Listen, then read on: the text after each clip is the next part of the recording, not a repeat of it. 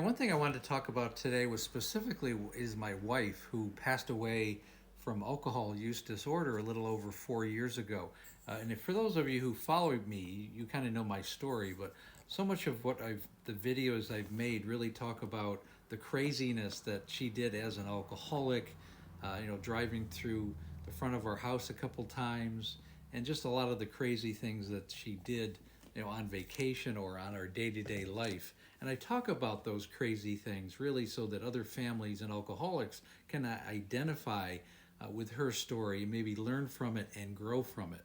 But there's one element that I really never touch upon, and that is my wife as a person. And we forget the alcoholic, that there's a person in there, and it's not all this judgment and we talk about disease, and there's more to it than that, and depression, and all these other issues that go on with alcoholics. So let's delve into this a little bit deeper.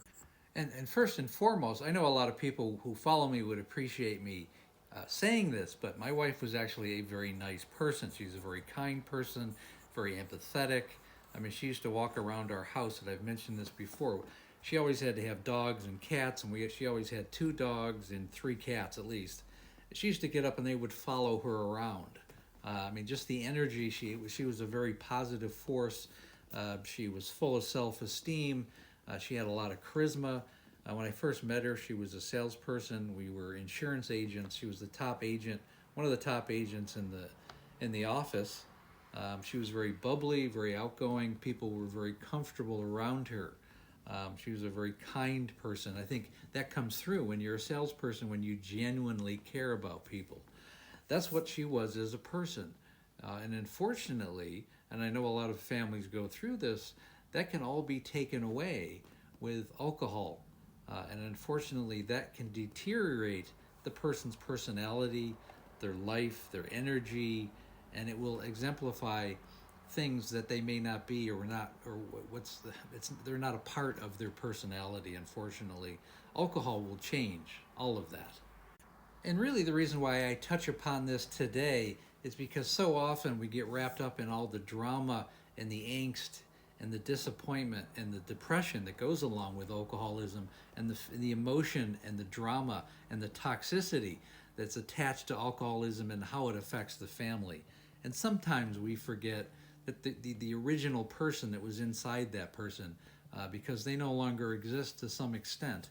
And that's what makes it harder for families, and not to mention what the alcoholic goes through, because no one grows up wanting to become an alcoholic. This is nobody's desire.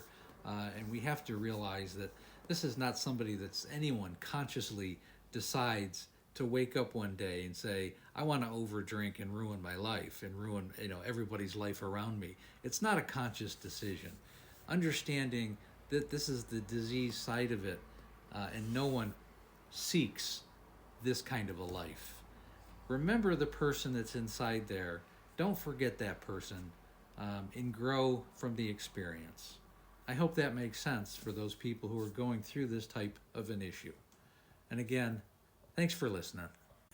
And again, for those families who are going through this kind of an issue and they're not really sure what to do, where to go, I would recommend, schedule a breakthrough call with me. I've helped many, many families, and also the alcoholic in the family is really what I focus on.